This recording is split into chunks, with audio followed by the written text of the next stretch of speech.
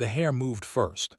That was the thing nobody talked about afterward, in all the hours of television commentary, in all the hot takes and podcast breakdowns and front-page analyses. Nobody mentioned the hair, but it moved, just barely, just for one fraction of 1 second, as Donald Trump said the name, as the word Gavin cut through the air in that ballroom at the Marriott Wardman Park Hotel on a cold February afternoon in Washington, D.C. The hair of California Governor Gavin Newsom shifted almost imperceptibly to the left, not because the air conditioning changed direction, not because someone opened a door, because Gavin Newsom's head turned, and the hair, that magnificent, improbable, architecturally disciplined structure that had been photographed 10,000 times from 10,000 angles, and had never once shown the slightest sign of biological vulnerability to the forces of wind, weather, or political catastrophe. That hair moved. And in that movement, in that fraction of a second before the governor's expression locked back into the composed, practiced, camera-ready mask he had been wearing since he was 36 years old and running for mayor of San Francisco, something real happened. Something that no communications director had briefed him on, no pollster had gamed out, no social media strategist had modeled in their scenarios for how this afternoon might unfold. Gavin Newsom, for exactly 1/2 of one breath, did not know what was coming next. This is the story of 25 minutes that changed American politics. 25 minutes that began as a routine intergovernmental meeting and ended as the most-watched political confrontation of 2026. 25 minutes in which a president and a governor stood 3 feet apart at separate microphones, while 50 governors and 100 aides and 30 rolling cameras witnessed something that cannot be edited, cannot be workshopped with staffers, cannot be drafted and redrafted and deleted and reposted. Something that happens in real time in a real room with real consequences and no second takes. This is the story of what happens when the most carefully managed brand in American democratic politics walks into the room where the most instinctive counterpuncher in the history of American public life has been waiting, smiling, and preparing the statistics.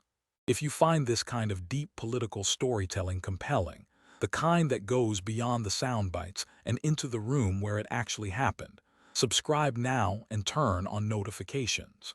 This channel exists to tell these stories the way they deserve to be told. Hit that subscribe button and join the people who watch history while it is being made. Now, let us go back to the room. The National Governors Association Winter Meeting is one of those Washington events that exists in the precise space between official and social, between governance and performance. 50 governors of 50 states, their senior staff, their communications teams, their security details, all converging on a hotel ballroom twice a year to discuss the things that governors and presidents need to discuss when they need to discuss them without the full machinery of official White House visits. It is, by design, a room of equals. Governors do not bow to presidents at NGA meetings. They sit in chairs with their names on placards, and they listen and they ask questions, and the whole thing proceeds with the kind of managed civility that defines Washington at its most functional. That was the plan for the Monday afternoon session in February 2026. The president would speak about economic growth and border security. The governors would listen. There would be questions. There would be handshakes. There would be photographers. Everyone would leave with the appropriate photo for their state's social media account showing their governor in serious conversation with serious people about serious things. Donald Trump walked to the podium at 2:14 p.m. He was wearing the suit. Not a suit, the suit. The one that had appeared in approximately 11,000 public photographs. The dark navy that had become so associated with the Trump visual brand that fashion writers had spent 4 years debating whether it was intentional or just the result of a man who found something that worked and refused to deviate from it. His tie was longer than convention. His posture was the posture of a man who had been standing at podiums since 1987 and had long since stopped thinking about what his hands were doing. He looked, as he always looked, like a man who was entirely comfortable with the fact that every camera in the room was pointed at him. He began speaking about the economy, growth numbers, the border. He had been talking for approximately 6 minutes when his eyes moved, with the casual scanning sweep of a man who has addressed crowds of 100,000 and learned to read a room the way a sailor reads water, to the front row of chairs arranged to his left. And there was the hair. Gavin Newsom always sat in the front row. This was not accident. Governors who want to be president do not sit in the third row. They do not position themselves behind other governors where cameras might miss the moment of handshake or question or composed attentiveness. They sit in the front row where the light is good and the angle is favorable, and the message, delivered entirely through proximity, is that this is a person of consequence who belongs near the center of things.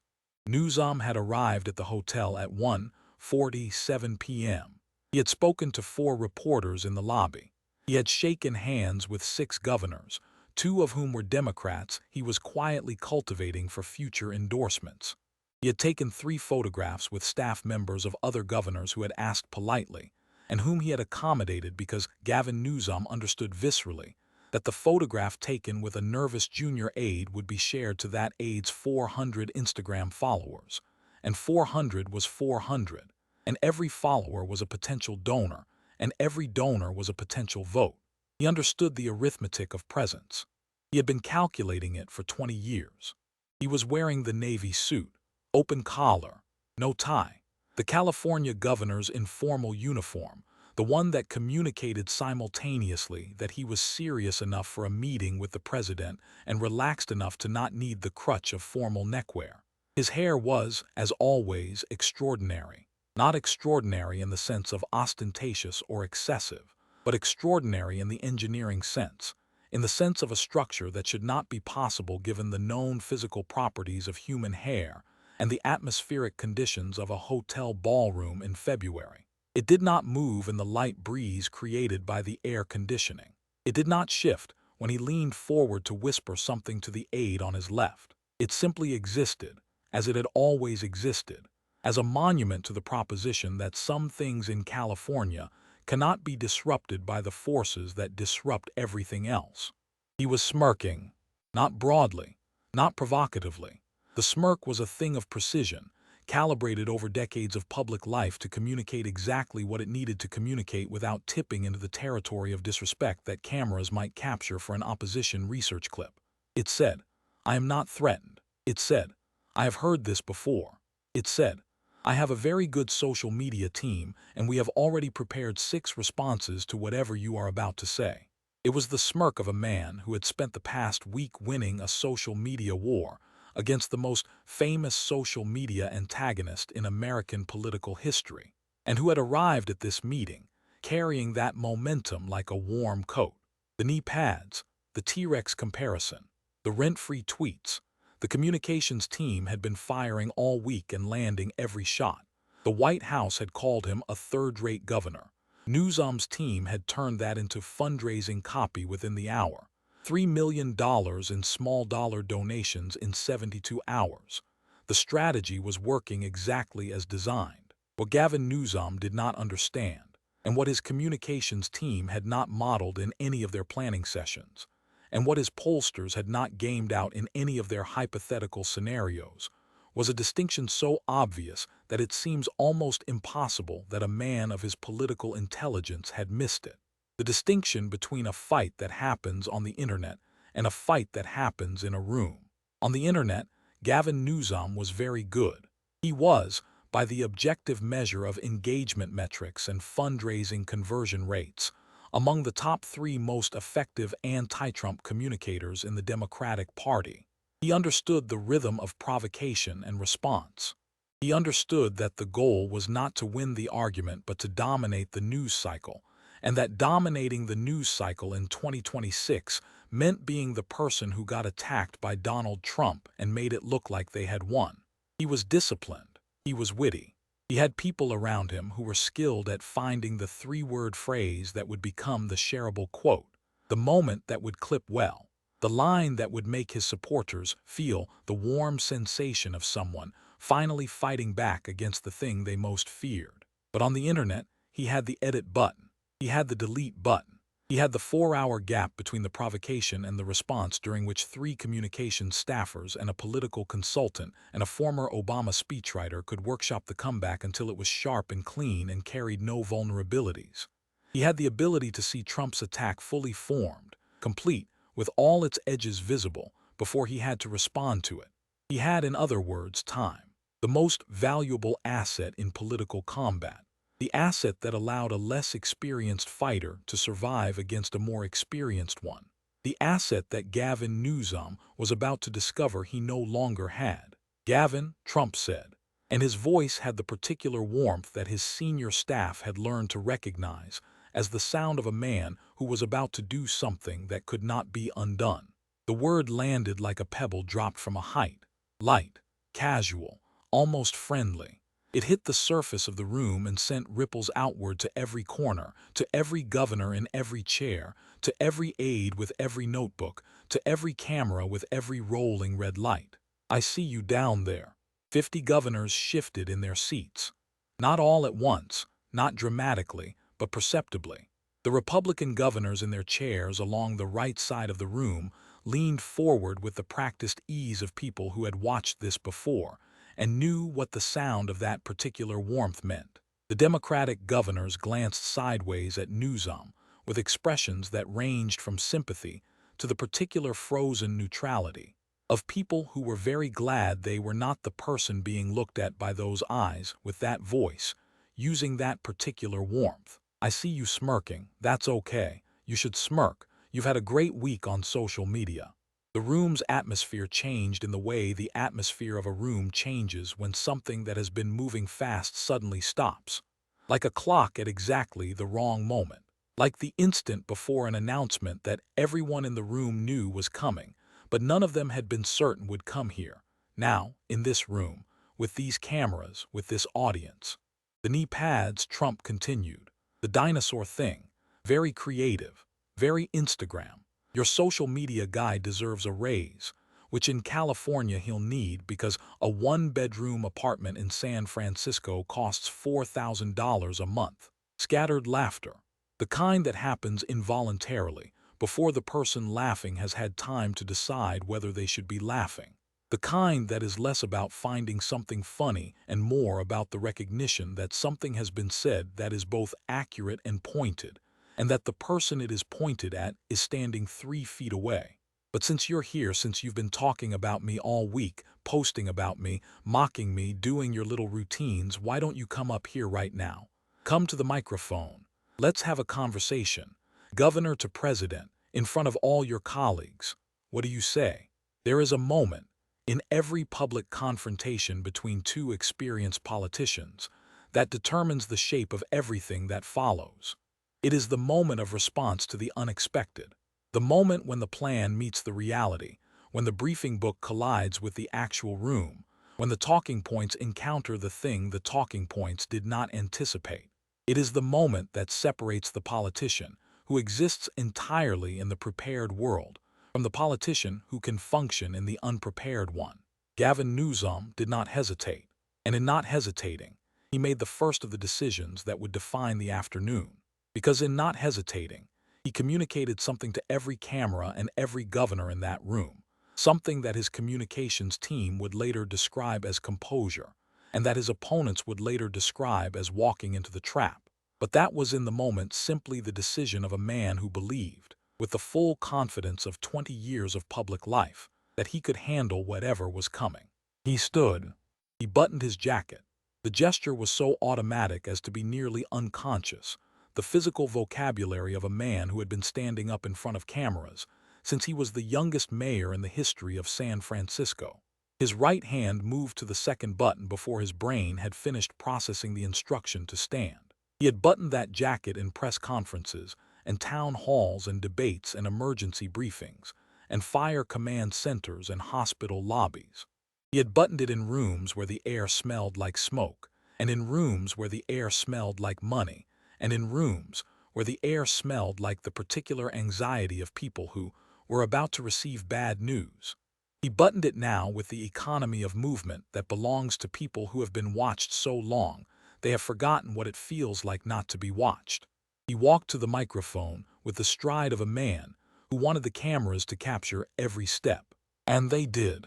He positioned himself at the second microphone, 3 feet from Trump, close enough that the two-shot the cameras were capturing would show them as equals in the frame.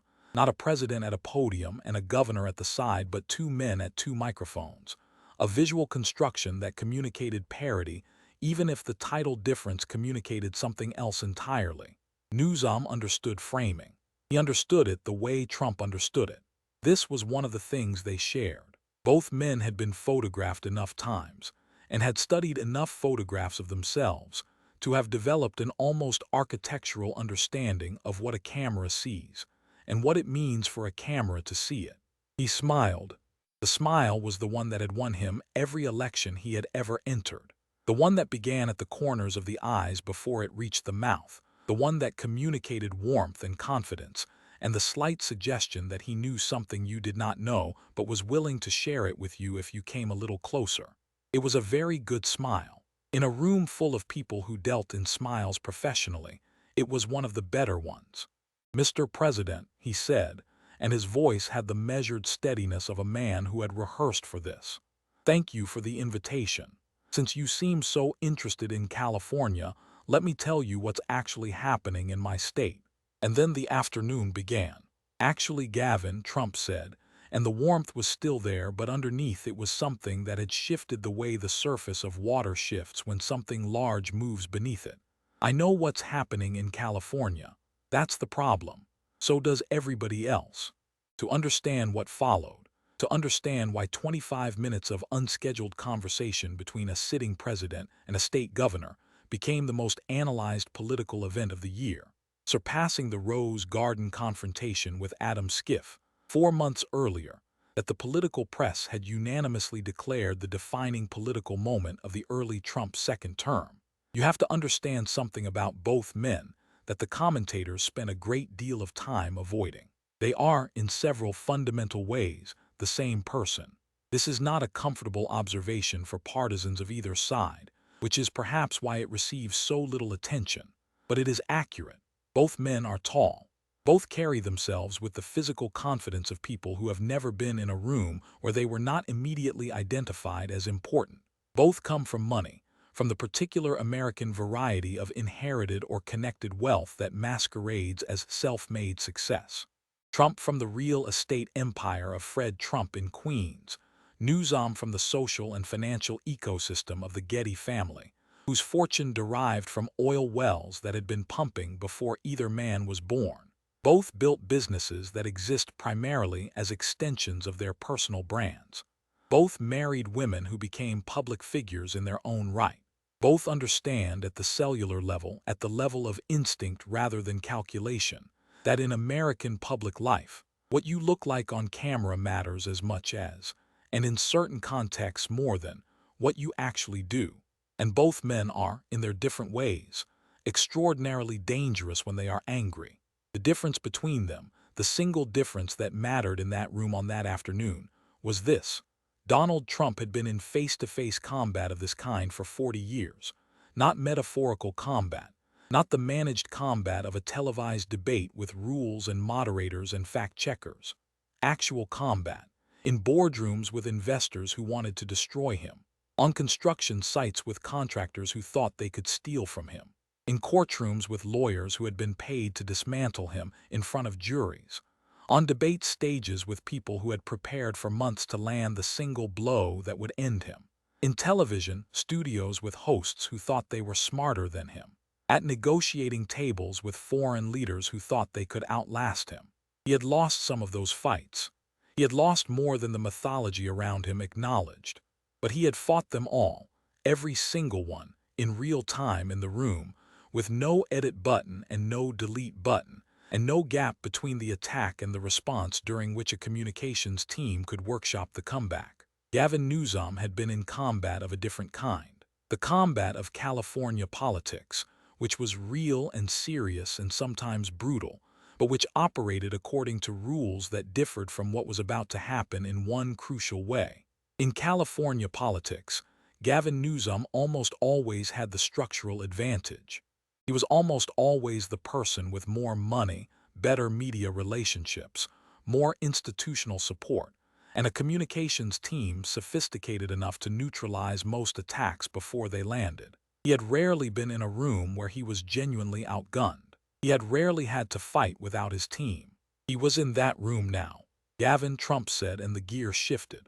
The warmth became something warmer, almost avuncular, the tone of a man who is about to say something devastating while maintaining the expression of someone doing you a favor. I like you. I really do. We used to get along great. Remember when I was president the first time when the fires hit Paradise in 2018? I came out to California. You met me on the tarmac. We walked through the wreckage together. That was a good day. Sad day. Terrible day for those families, but we worked together. We were a team. He paused. The pause lasted exactly long enough. And then you went to the French Laundry. The laugh that moved through the room was not loud. It was the particular quiet laugh that happens when a joke is both funny and accurate, and everyone in the room knew the reference and had been waiting to see how long it would take to arrive. It was the laugh of recognition. The laugh of 50 political professionals who had all lived through the French Laundry moment, who had all watched it unfold in real time in November 2020, who all carried it somewhere in their political memory, the way people carry the specific details of moments that clarified something important about the nature of the person involved. November 6, 2020, the French Laundry restaurant in Yountville, California, one of the most celebrated and expensive restaurants in the United States, located in the wine country north of San Francisco, a place where a plate of food costs $350 and where the waiting list for a reservation runs to months. Gavin Newsom was there for a birthday dinner for a lobbyist. The restaurant was indoors. The gathering was large, no masks, shoulder to shoulder, laughing and talking, and eating very expensive food in a room full of people. While 40 million Californians sat in their apartments and their houses and their cars because Gavin Newsom had told them they could not go to restaurants. The restaurants were closed. He had closed them. He had told them they could not go to church. The churches were closed. He had closed them. He had told them they could not visit parents in hospitals. He had told teachers they could not go to school. He had told children they could not go to school. He had told grandparents they could not hug their grandchildren. And he went to the French Laundry. Trump turned to Newsom. He was 3 feet away. He looked at him with the expression of a man reading from a document he had already memorized. And I almost forgot this part. His own company, Plumpjack, terrible name by the way, who names a company Plumpjack? It sounds like a character in a nursery rhyme. Plumpjack owns restaurants and wineries, and those restaurants got almost $3 million in PPP loans. Government money. Taxpayer money. The governor's own restaurants got $3 million from the program I created to save businesses while other restaurants, the restaurants that his voters owned, closed forever. Never opened again. Gone. He let the word sit. Gone. That's not a governor, Gavin. That's a protection racket. Something passed through the room at that word. Not shock. Every person in that room had heard the word before. But there is a difference between hearing a word and hearing it said 3 feet from the face of the person it is describing, by the President of the United States, with 50 governors and 30 cameras as witnesses. The word landed in the room and did not leave. Newsom leaned into his microphone. His voice was measured. He had this one. He had rehearsed it. The communications director had briefed him on it on the flight from Sacramento, had walked him through the approved response, the line that tested best in focus groups, the framing that acknowledged without surrendering. Mr. President, I've addressed the French Laundry many times. I apologized. I said it was a mistake. It was a mistake. And frankly, if we want to talk about COVID response, California had one of the lowest per capita death rates of any large state in the country. You apologized. Great, Trump said, and the cheerful brutality was back, the sharpness that sounds like something blunt and is actually something very precise. Wonderful, very noble. But here's my question, Gavin, and I want you to think about this. The restaurants that closed, the small ones, the family ones, the ones owned by immigrants who put everything they had into a little taco shop or a little Italian place, can they get an apology? Can they accept an apology? They can't because they're gone. The business is closed, the dream is dead, the savings are spent. Can the kids who missed a year of school get an apology? The kids who fell behind, The kids who had mental health crises because they were locked in their houses for 12 months. Can they accept an apology? Can the grandmother who died alone in a hospital room, no family, no hand to hold, no one to say goodbye because your rules said her family couldn't visit, can she get an apology? Or is the apology just for you? Just Gavin gets to apologize and move on. Gavin gets to say, I made a mistake and everybody's supposed to forget. Because that's not how it works. That's not how it works for the people who lost their businesses and their parents and their children's educations while you were eating a $350 dinner. They don't get a French laundry. They get a closed sign on their door and a bill they can't pay. The room was silent, not the silence of agreement or disagreement. The silence of 50 experienced politicians who understood that what had just been said was accurate, that the specific facts behind it were documentable, that no communications team in the world had a talking point that could neutralize a closed restaurant or a dead grandmother, and that whatever came next, this moment had been heard by every camera in the room and would be replayed on every television screen in the country before dinner. Newsom stood still. His expression remained composed, the practiced composure that his supporters called grace under pressure and his opponents called the look of a man who had run out of answers. He was standing very still, the stillness of a man maintaining control of the one thing he still controlled, which was how he looked, because how he looked was what would play on the cameras, and what played on the cameras was what his supporters would see, and what his supporters saw was what would determine whether the afternoon counted as a win or a loss in the only ecosystem that currently mattered to Gavin Newsom, which was the Democratic primary electorate that would in 2 years choose the person who would run against whoever the Republican Party nominated. But let's move on, Trump said, and his voice lifted again, the gear changing smoothly in the way of a driver who has been driving for decades and no longer thinks about the gear, just moves through them by feel. Let's talk about character. Because Gavin is running for president. Everybody knows it. He knows it. I know it. The hair knows it. Look at that hair. It's already running. The hair is already in Iowa. The laughter was louder this time, less involuntary, the kind of laughter that comes when the joke is genuinely good and the moment is genuinely strained, and the strangeness makes the laughter larger than the joke alone would justify. And when you run for president, Trump continued, people look at your character. They want to know who you are, not just what policies you support, who you are as a person. And I think the people of America deserve to know something about Governor Newsom's character. He turned to Newsom. The playfulness was still visible, but beneath it was something else. Something that did not play. Something that had been in rooms before where the stakes were real and the consequences were permanent, and the person across the table knew it. In 2005, Gavin was the mayor of San Francisco. Very young, very handsome, very popular. And he had an aide named Alex Torque. Alex was his campaign manager, his right-hand man, the guy who got him elected. Alex was also his friend, his close friend. They socialized together. Their families were close.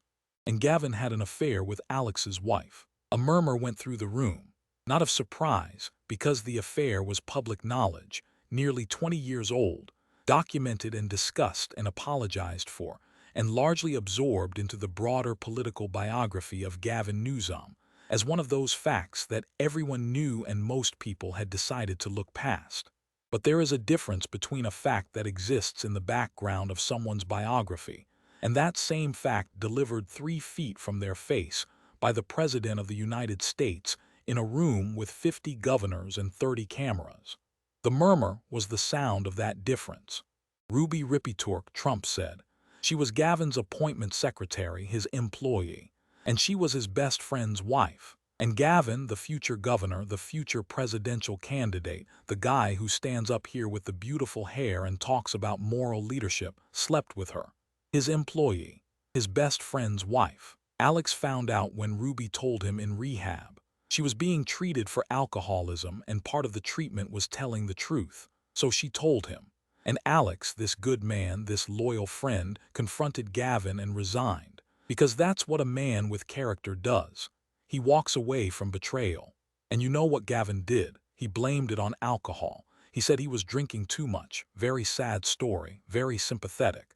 He said he would stop drinking. He said he was going to get help.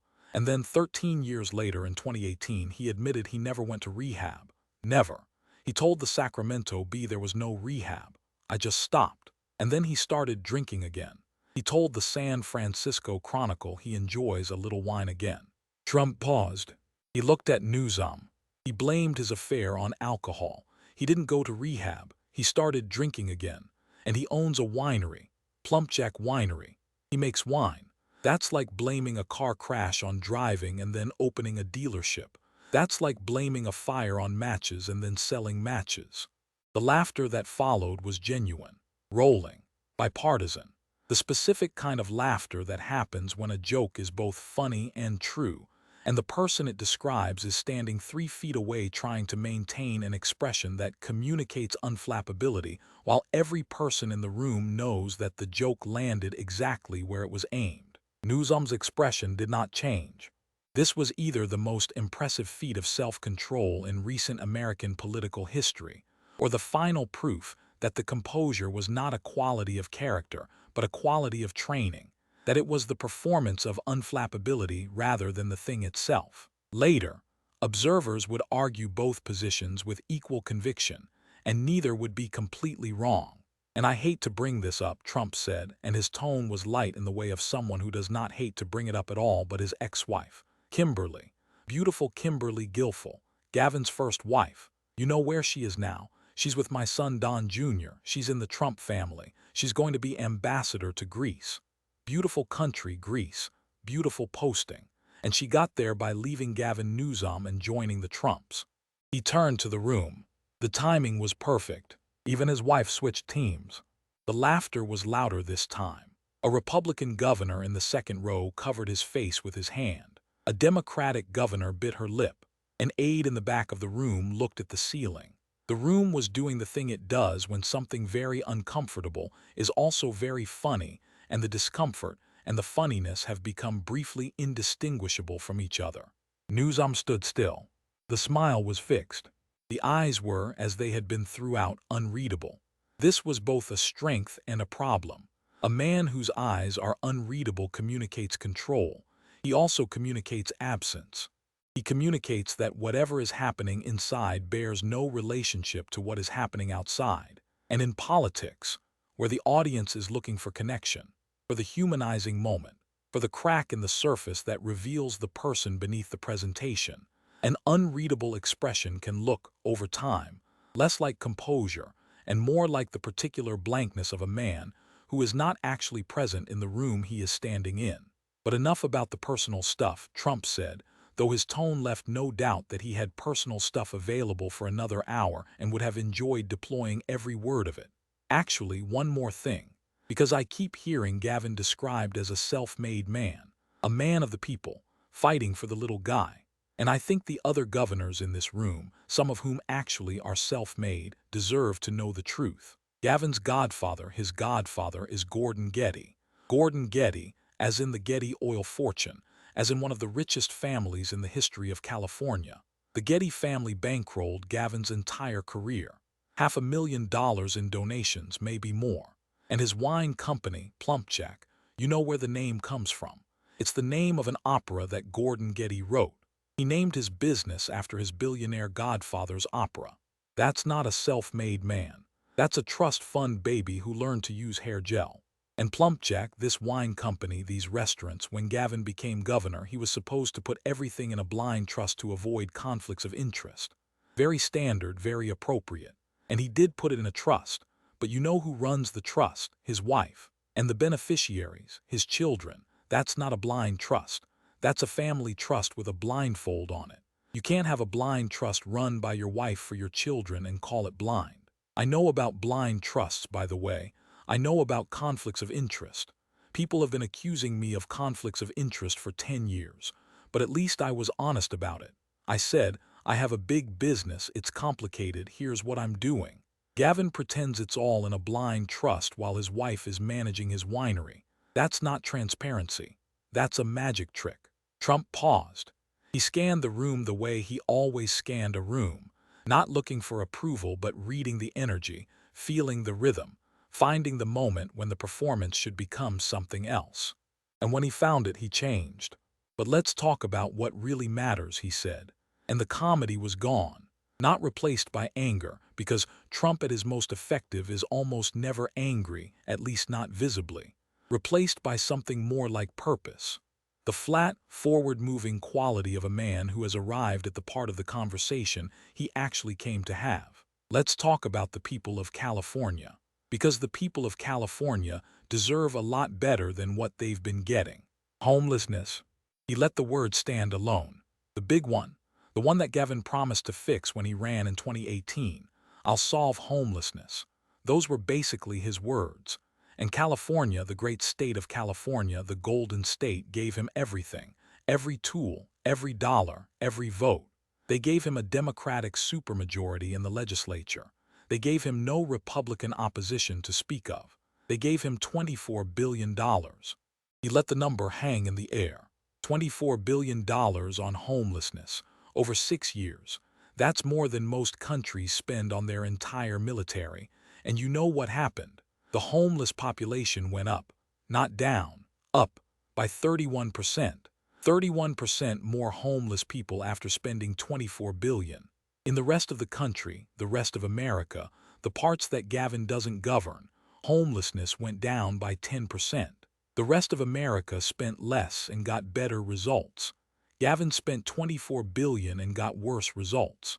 The state auditor, California's own auditor, not mine, not a Republican, California's own watchdog, said the administration could not determine the effectiveness of the spending. Couldn't determine it. Couldn't find it. $24 billion and they don't know where it went or what it did. And in 2023, Gavin went on Sean Hannity's show, and Hannity asked him about homelessness. And you know what Gavin said? He said, and I'm quoting, "We have not made progress." He said it. The governor of California admitted on national television that after $24 billion, they have not made progress. Trump turned to Newsom. "Gavin, I'm a businessman. If I gave a contractor $24 billion and the building got smaller, I would fire the contractor. If I hired a chef and the food got worse, I would close the restaurant. You spent $24 billion and the problem got worse. In any other industry, you'd be fired. But in California, you get to run for president. And I'll tell you something else. Because this is the part that really tells the story. Because of how Gavin runs California, the taxes, the regulations, the cost of living, the crime, the homeless encampments outside every office building, people are leaving, voting with their feet. Between 2020 and 2023, California lost over 1 million residents. Net. More people leaving than coming. For the first time in the state's history, California lost a congressional seat after the census. Lost a seat. The state that used to gain seats every decade because everyone in America wanted to move there lost one. And where are they going? They're going to Texas. They're going to Florida, Arizona, Nevada, Tennessee, Idaho, Republican states. The people who lived under Gavin Newsom's policies looked around, packed their bags, and moved to states run by Republican governors. That's not a poll. That's not a focus group. That's millions of people answering the question of whether California is working with a U-Haul. Tech companies too. Oracle left for Texas. Hewlett-Packard Enterprise left for Texas. Tesla, Elon moved the whole company to Austin. Great guy Elon, very smart. He looked at California's taxes and regulations and said no, thank you, and moved to a state where you can actually build things. Charles Schwab, gone to Texas. And these aren't just companies. These are jobs. These are tax revenues. These are the people who fund the programs that Gavin takes credit for. And he wants to run the country. The man whose state is losing people, losing companies, losing a congressional seat. He wants to take the formula that's shrinking California and apply it to all 50 states. That's like a restaurant that's losing customers saying, "Let me cater the whole building. We've tasted the food, Gavin. We're going to Texas." Newsom responded. And for the first time in the confrontation, something real crept into his voice. Not anger, not panic, but the specific quality that enters a trained performer's voice when the performance is no longer adequate to contain what is actually happening, when the gap between the prepared material and the live situation has become large enough to be audible. Mr. President, homelessness is a national crisis that requires federal partnership, not federal blame. Half the people on the streets of California come from other states. And while California is investing in solutions, your administration has cut federal housing programs by. They come from other states. Trump said it with the particular delight of a man who has been given exactly the response he anticipated. That's his move. That's always his move. It's not my fault. It's the other states. It's the federal government. It's the weather. It's the housing market. 24 billion, Gavin. 24 billion. At some point, it's not other people's fault. At some point, it's the guy in charge. And the guy in charge for 7 years has been you. He pivoted without pause. And the train, oh, the train, this is my absolute favorite. California voted for a bullet train in 2008. 2008. That's 18 years ago. 18 years. You know what I built in 18 years? I built most of Manhattan. I built towers. I built hotels. I built cities. California has built. He paused. 0 miles of operating high-speed rail. Not 1 mile. Not 1 inch. The original estimate was $33 billion to connect San Francisco and Los Angeles. The current estimate, and it goes up every time they look at it, is over $100 billion. $100 billion for a train. And here's the best part. The section they're actually building right now, the one they're celebrating, the one Gavin cuts ribbons for, goes from Merced to Bakersfield. Merced to Bakersfield. Nobody in the history of transportation has ever needed to get from Merced to Bakersfield at 200 miles an hour. Nobody is sitting in Merced saying, if only I could get to Bakersfield faster. That's not a bullet train. That's a money train. It picks up tax dollars in Sacramento and delivers them to consultants in Los Angeles. That's the only route it runs. Newsom cut in. Sharper now. The rehearsed calm giving way to something more authentic, more combative, the version of Gavin Newsom that his supporters claimed was his best version, and his opponents claimed was his real version. Mr. President, since we're talking about construction projects, let's talk about your wall. The border wall that Mexico was going to pay for. How much of that got built? How much did Mexico pay? Because I seem to recall a lot of promises and not a lot of wall. The room stirred. It was, objectively, Newsom's best punch of the afternoon. A counterattack that used Trump's own record, his own words, his own promises against him. The same technique Trump had been using for 25 minutes. The same DNA of attack, find the gap between the promise and the result, plant your flag in that gap and stand there. For a moment, the dynamic in the room shifted. Newsom was doing what his team had trained him to do. Fight back. Match energy. Give the cameras something to play. Trump didn't flinch.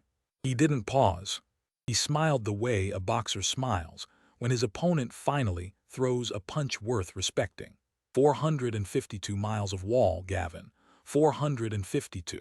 And I built them against lawsuits from your state, against obstruction from Democrats in Congress, against every judge in the Ninth Circuit trying to block me.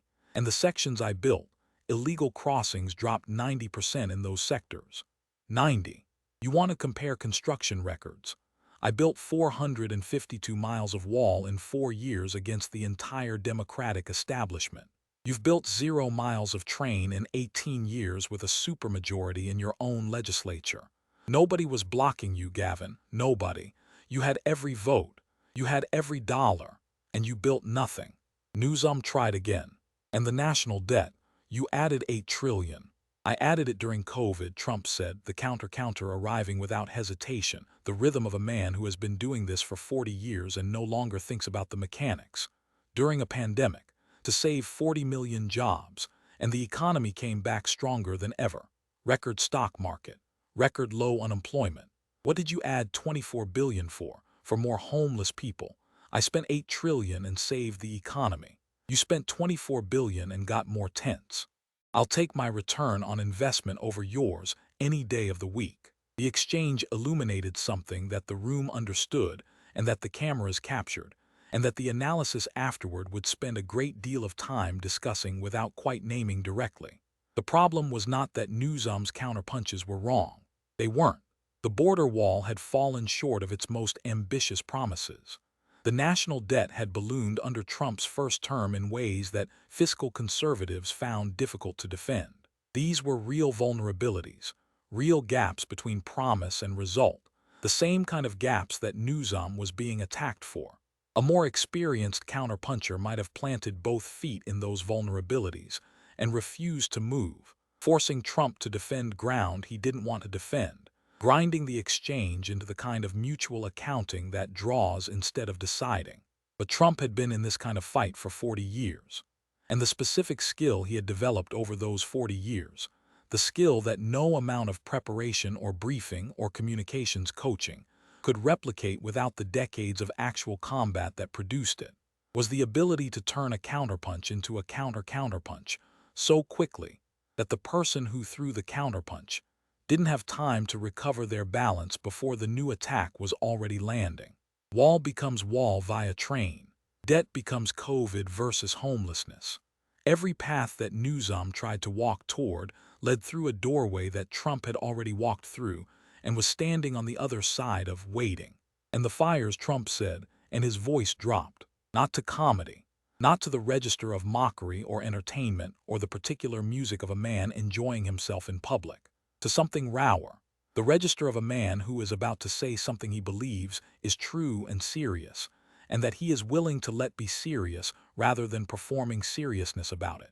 This was the register that Trump's critics rarely acknowledged and his supporters rarely discussed, the register that emerged when the numbers weren't abstractions but people, when the statistics had names attached to them, when the gap between the promise and the result was measured not in dollars or miles or polling percentages, but in the specific and irreversible fact of lives that ended when they did not have to. The fires in January, he said, Palisades, Altadena, 29 people dead, 12,000 homes destroyed, beautiful homes, families, memories gone. And the fire hydrants were dry. The reservoirs were empty. They hadn't filled them. The water wasn't there. In a state that knows, that has always known, that wildfire season is coming every single year, the reservoirs were empty and the hydrants were dry. And Gavin's fire chief, the chief of the Los Angeles Fire Department, was on vacation during fire season. On vacation. And Gavin's administration, and this is documented, this isn't me, this is an investigation by NPR, by Cal Radio, Gavin's administration overstated the acreage they treated for fire prevention by 690%. They said they'd cleared 90,000 acres. The actual number was 11,000. They lied by 690%. That's not a rounding error. That's not an accounting mistake. That's a lie. And 29 people died. The room was silent again. This was a different silence from the one that followed the French Laundry. The French Laundry silence had been the silence of people who were watching something pointed and precise and slightly uncomfortable. This was the silence of people who were in the presence of something that did not have a clever counter. 29 people was not a statistic that could be reframed. Dry fire hydrants was not a policy failure that could be spun. 690% was not a number that left room for the kind of nuance that communications teams deploy when the news is bad but not irreversible. And after the fires, Trump continued, his voice still in that lower register, remember this. Gavin came to the airport when I flew to Los Angeles. He met me on the tarmac. He shook my hand. He looked into the camera and said, "You were there for us during COVID. I don't forget that.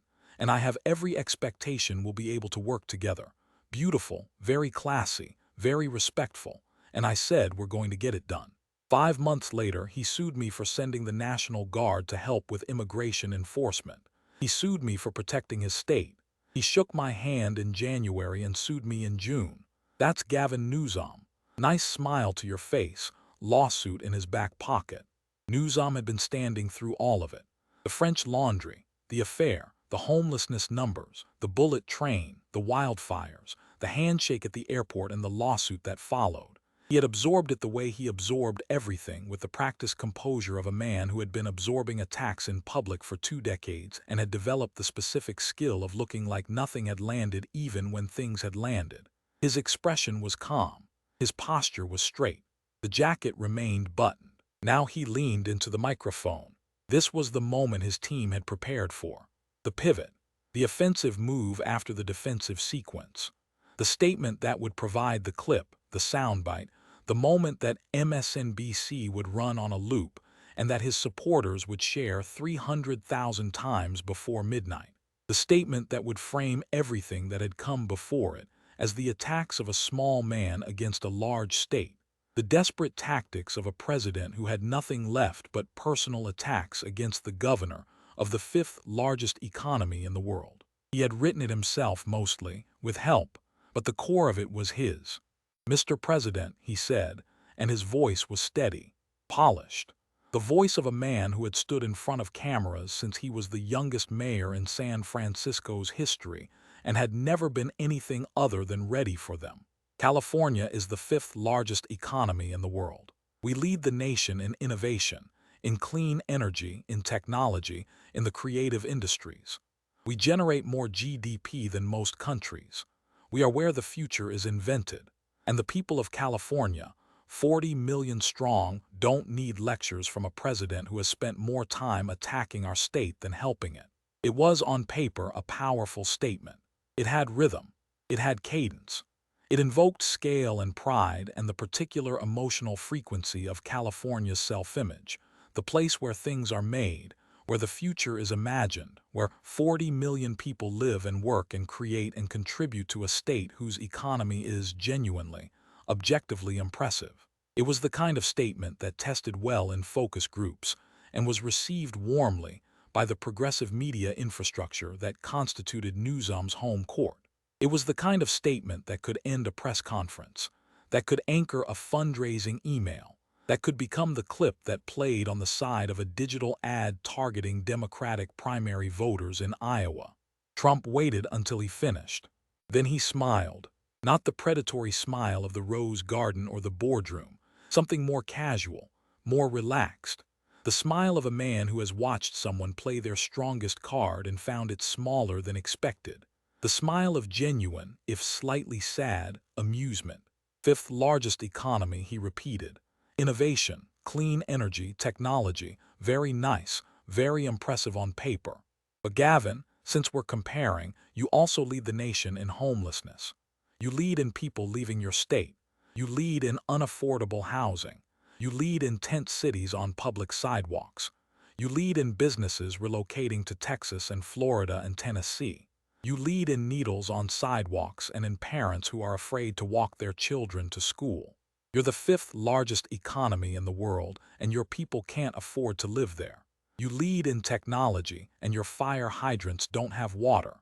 You lead in innovation, and your bullet train can't go from San Francisco to Los Angeles. Gavin, you've got the hair, you've got the smile, you've got the Instagram. You're very California. But here's the thing about California, and I mean this, I really mean this. Hair doesn't run a state. Charisma doesn't house the homeless. Social media posts don't put out wildfires. And knee pads jokes don't make you president. You know what makes you president? Results. I had results. Economy, jobs, no new wars, record stock market. That's why I'm standing here. That's why I'm the president of the United States. And you're the governor of a state that people are leaving. What are your results? $100 billion train that doesn't move. $24 billion on homelessness that got worse. Wildfires that burned because your reservoirs were empty. A recall election that got 38% of your state to vote against you. And a dinner at the French Laundry that the people of California will never forget. He turned to the other 49 governors. Any of you want to trade states with Gavin? Anyone? Governor Abbott, Governor DeSantis, Governor Whitmer. Anyone want to trade? Silence. Nobody raised a hand. Nobody laughed. The question was rhetorical, but it didn't need to be. The answer was visible on every face in the room, not on the Republican faces, where agreement would have been expected and therefore was less meaningful, on the Democratic faces, on the faces of governors who ran states with their own challenges, their own failures, their own gaps between promise and result, but who were not in the specific position of having their record described, number by number, in front of their colleagues and the cameras, and who looked at Newsom with the specific expression that belongs to people who are very glad it is not them standing at that microphone right now. You want to be president, Gavin? Trump said, "I understand, you've got the look, you've got the ambition, you've got the hair. And in politics, hair matters. Believe me, I know. But before you try to run America, fix California, fix the homeless crisis. Finish the train, fill the reservoirs, and maybe, just maybe, stop sleeping with your best friend's wife and eating at the French Laundry while your state is locked down." He leaned back from the podium. "Go home, Governor. Your state needs you. Although based on the results, maybe they'd be better off without you." The confrontation lasted 25 minutes. In those 25 minutes, every data point that the Republican National Committee had been compiling on Gavin Newsom for 3 years was delivered, not in an opposition research document or a television advertisement or a debate prep briefing, but in the voice of a man who had mastered, over the course of a lifetime spent in public combat, the specific art of making numbers feel personal, of making statistics feel like accusations, of making the gap between the promise and the result feel not like a policy failure, but like a character revelation. 24 billion was a statistic. 24 billion and more homeless was a weapon. The difference between the two was 40 years of knowing how to use it. Newsom walked back to his seat. He did not leave the room. He did not turn red. He did not stumble or fidget or reach for his phone or lean over to whisper something desperate into his aide's ear.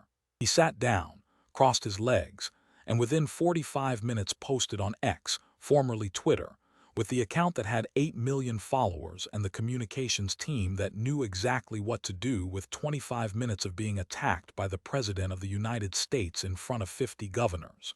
The President of the United States just spent 25 minutes attacking California's governor instead of solving problems for the American people. We're in his head, rent-free. The post received 3.2 million likes.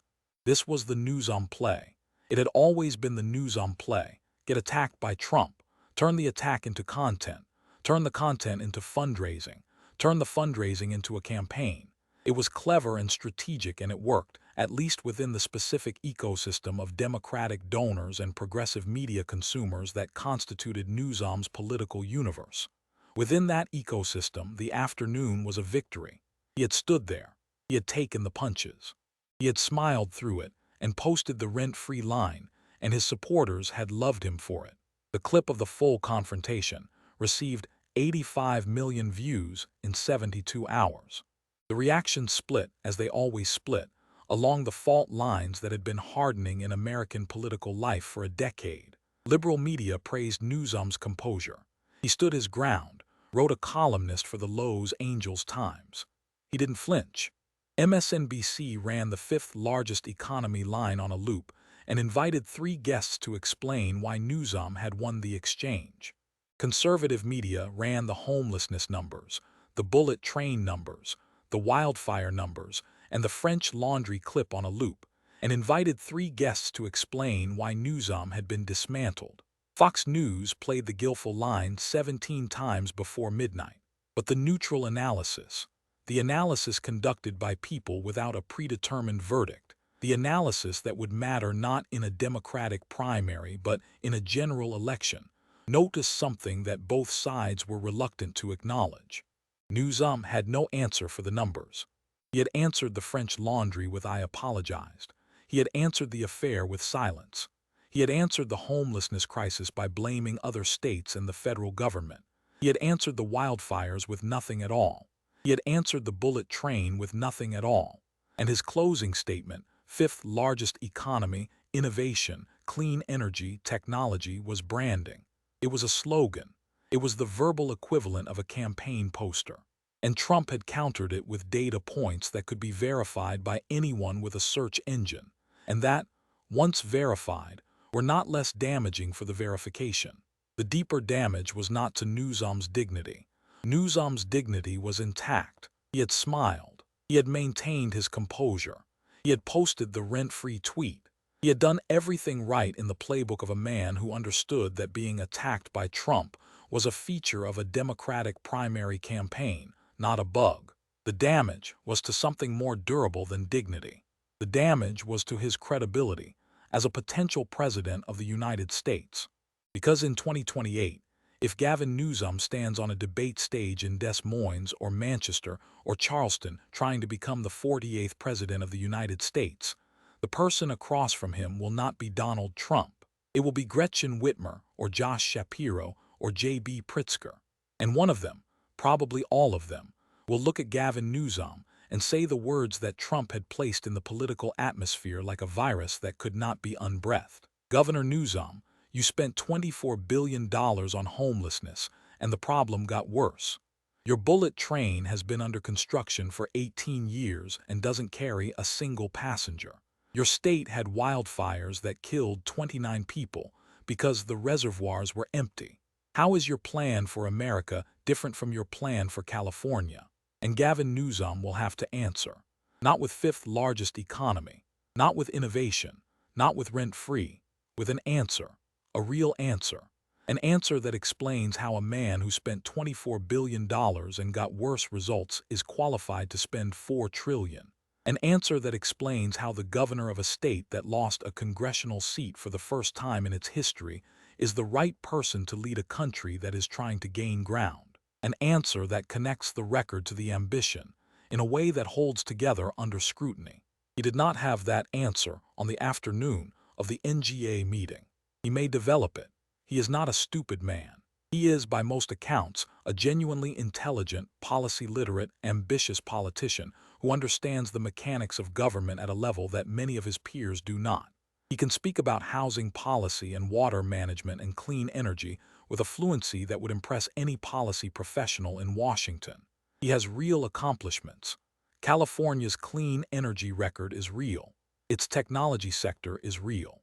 Its cultural influence on the world is real and significant, and not reducible to the specific failures that Trump spent 25 minutes enumerating.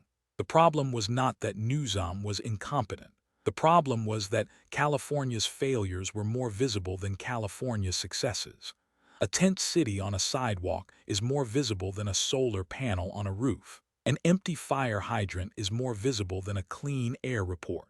$100 billion train that has not moved is more visible than $100 billion technology economy that hums along producing wealth and innovation, and the particular kind of American ambition that California has always generated. And Donald Trump understood visibility better than any other politician alive, because he had built his entire public life around the principle that what people see is more powerful than what people are told. There was another dimension to the damage, one that would not become fully apparent for months. Newsom's 2025 strategy had been built around a single core proposition: provocation. Attack Trump on social media. Get attacked back. Use the attacks to position himself as the Democratic Party's most visible, most aggressive, most entertaining fighter. The knee pad stunt at Davos, the T-Rex comparison, the rent-free tweets, the redistricting gambit that he had explicitly framed as retaliation for Republican redistricting in Texas, a move that generated national headlines and positioned him as a fighter willing to break norms in service of fighting back. All of it designed to produce one image: Gavin Newsom, the man who stands up to Donald Trump. The NGA confrontation did not destroy that image. It complicated it, because standing up to Trump was only valuable if you looked good doing it. And looking good didn't mean looking composed or dignified or unflappable. Adam Schiff had looked all of those things in the Rose Garden 4 months earlier. It hadn't mattered. Looking good meant having an answer, having a comeback that landed, having a data point that could match Trump's data points, having the specific quality that separates the experienced fighter from the well-prepared one, the quality that belongs to people who have been in the room when the plan failed and have had to improvise. And Newsom, for all his preparation, for all his social media sophistication, for all the communications infrastructure that surrounded him, had not been able to match 24 billion and more homeless with anything that hit as hard. His counterpunches had been real. They had landed, but they had not landed as hard as the punches that preceded them. And in a confrontation of this kind, in the specific calculus of public political combat, landing hard matters more than landing accurately. In the weeks following the NGA meeting, the conversation in Democratic circles shifted subtly but perceptibly. The question was no longer whether Newsom could stand up to Trump. The NGA had answered that in the affirmative. He had stood there and taken the hits and smiled and posted. The question had become something harder and more specific. Can Newsom answer for California? This was a different question entirely. Standing up to Trump required courage and composure, and a communications team that knew how to turn attacks into content. Answering for California required a policy record. And Newsom's policy record, stripped of the branding and the hair and the Instagram and the particular glamour that surrounded the governor of the state that invented glamour, looked like this: $24 billion on homelessness, more homeless. 18 years on a bullet train, 0 miles. Wildfires that burned because of documented mismanagement. A population exodus. A recall that got 38% of his own state to vote against him. A Whitmer advisor speaking off the record to a reporter said it plainly. The problem is not that Trump attacked him. The problem is that California attacked him. Trump just read the stats. Trump had not waited for Newsom to leave the room. He had continued his speech to the governors: border security, economic growth, the things he had planned to talk about before he spotted the hair in the front row, and decided, with the instantaneous, instinctive certainty that had guided every significant decision of his public life, to change the subject. But near the end of his remarks, after discussing a trade agreement and a military appropriation that the governors needed to understand, he paused. He looked out over the room, and he said something that sounded, for once, like it might not have been performed. "I like Gavin," he said, "I really do. He's got the hair, he's got the smile. He's got the whole package. He's very California. And I love California, I really do. I made movies there, I had shows there, I have a golf course there. Beautiful state, the most beautiful state in America, and I've been to all of them. But here's the thing about California. It used to be the greatest state in America, maybe the greatest place in the world, the Golden State. People dreamed about moving to California. Movies, music, beaches, technology. The American dream was the California dream. If you wanted to make it in America, you went to California. That's where you went. That's where the magic was. And now people are leaving. Tech companies are leaving. Families are leaving. They're going to Texas and Florida and Tennessee and North Carolina and Idaho. They're going to places where they can afford a house and their kids don't step over needles on the way to school. That's not my fault. That's not the Republican Party's fault. That's what happened to California under one-party rule, under Gavin Newsom's leadership, under beautiful hair and beautiful speeches and beautiful social media posts that don't add up to a single solved problem. And now he wants to do for America what he did for California. He shook his head slowly, not for comedy, not for effect, with something that looked, from certain angles, like genuine sadness. The sadness of a man who was old enough to remember when California was the thing it used to be, and who had decided that the distance between that thing and the current thing was worth mourning even as it was worth attacking. "I just spent 4 years building this country back," he said. "The economy, the borders, the standing in the world. I built it back. And I'm not going to let anybody, no matter how good their hair is, tear it down." He walked away from the podium. Gavin Newsom sat in his chair for 20 minutes after the speech ended, talking to aides, taking calls, projecting the unflappable composure that was both his brand and his armor. He looked to the cameras like a man who had been through a fire and come out unscarred. He looked like a man who was already converting the experience into political gold. He looked, in every way that a camera could capture, like a man who had survived. And he had survived. That was true. He had stood there and taken it and not broken and not left, and not shown the cameras anything that could be cut into an opposition research clip of a man who cracked. He had smiled. He had maintained the posture. He had buttoned the jacket and walked to the microphone and walked back and sat down and maintained the expression for the duration. And in the specific and narrow sense of getting through the afternoon without a visible catastrophe, he had succeeded. But survival is not the same as prevailing. Getting through is not the same as winning.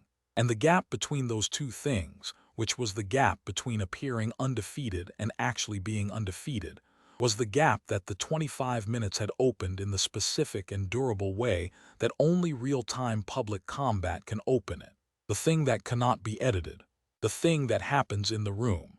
In the end, the confrontation between Donald Trump and Gavin Newsom at the National Governors Association winter meeting on that Monday afternoon in February 2026 was not really a debate.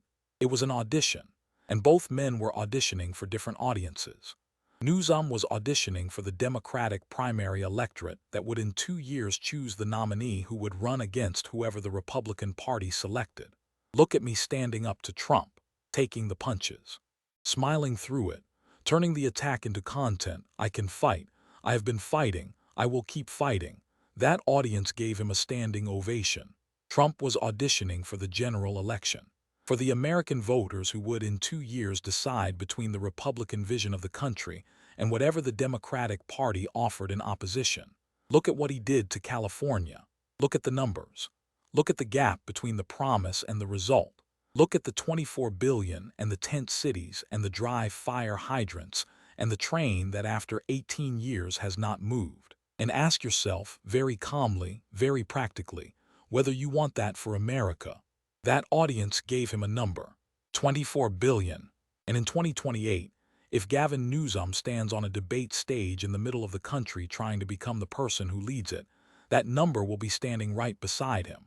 Not because Trump put it there, because California put it there, because the gap between the promise and the result put it there, because the residents who moved to Texas and the businesses that moved to Austin and the congressional seat that was lost for the first time in the state's history put it there, because 29 people put it there.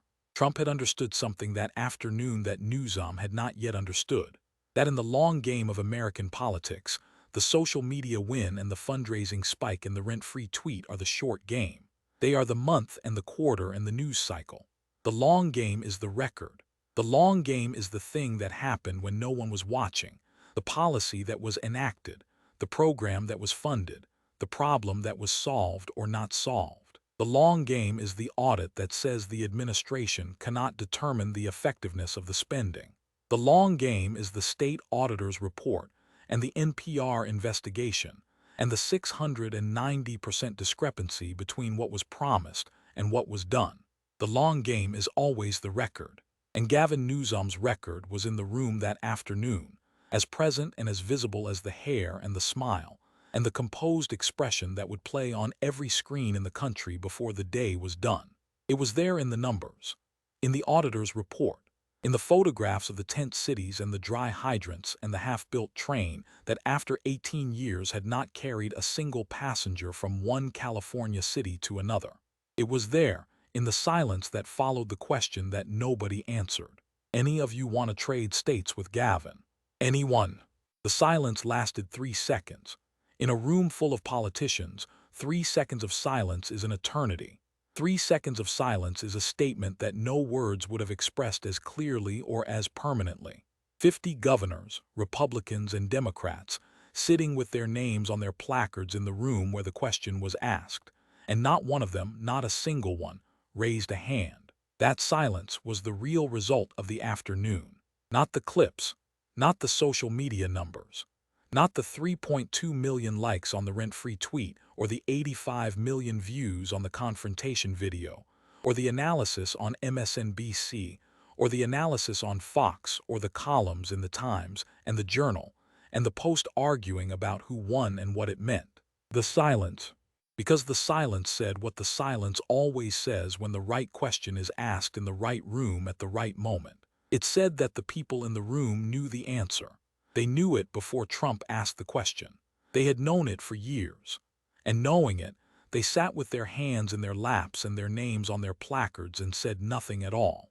Gavin Newsom flew back to Sacramento that night. He landed to the news that the confrontation video had crossed 50 million views. His communications director texted him 3 times during the descent to report the fundraising numbers, which were better than anything the French Laundry situation had generated, which had been, at the time, the most effective fundraising catalyst of his governorship. His pollster called to say that his favorability among likely Democratic primary voters had moved 4 points in the right direction. He was, by every metric that his team tracked, having a good night. And he sat in the back of the car that took him from the airport to the governor's residence, and he looked out the window at the California night, at the lights of Sacramento and the dark beyond them. And he thought the thought that ambitious men think when they are honest with themselves in the dark, and the cameras are not rolling. He thought about 24 billion. He thought about the train. He thought about the fire hydrants. And somewhere in the back of that thought, barely audible beneath the fundraising numbers and the polling movement and the rent-free tweet that had become, by midnight, the most shared political post of the year, he heard the question that Trump had asked in that room, the question that 50 governors had answered with silence, the question that the numbers had been asking for years without anyone in his administration finding the answer. Not the question about the hair or the French laundry or the affair or the blind trust. Those were the questions of a political attack. They were weapons, carefully selected, deployed with skill, aimed at the man rather than the record. The question that mattered was simpler than any of them. What happened to the 24 billion? That question did not have a rent-free answer. It did not have a fifth largest economy answer. It did not have a composure answer or a social media answer or a fundraising answer. It had only the answer that the state auditor had already given in the flat, unadorned language of official accountability. The administration could not determine the effectiveness of the spending. Gavin Newsom stared out the window at the California night. The hair did not move. If this kind of deep political storytelling is what you come here for, if you believe that the full story, told the way it actually happened, with all the detail and all the stakes and all the human reality that the sound bites leave out, if you believe that story matters, then subscribe to this channel right now. Hit the like button. Leave a comment telling us which part of this story hit you hardest. The conversation in the comments section is where this community lives, and we read every single one. Share this with one person who cares about what American politics actually is, not the version that gets cut down to 60 seconds. One person. That's how these stories reach the people who need to hear them.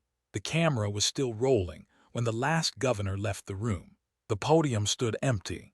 The microphones stood at their angles, 3 feet apart, the distance at which two very different men had stood, and said the things that rooms remember long after the people in them have moved on to the next thing. 3 feet. The distance of a handshake. The distance of a conversation. The distance at which you can see every detail of the person across from you, every adjustment in expression, every shift in the eyes, every fraction of a second in which the composure slips and something real moves through before the performance resumes.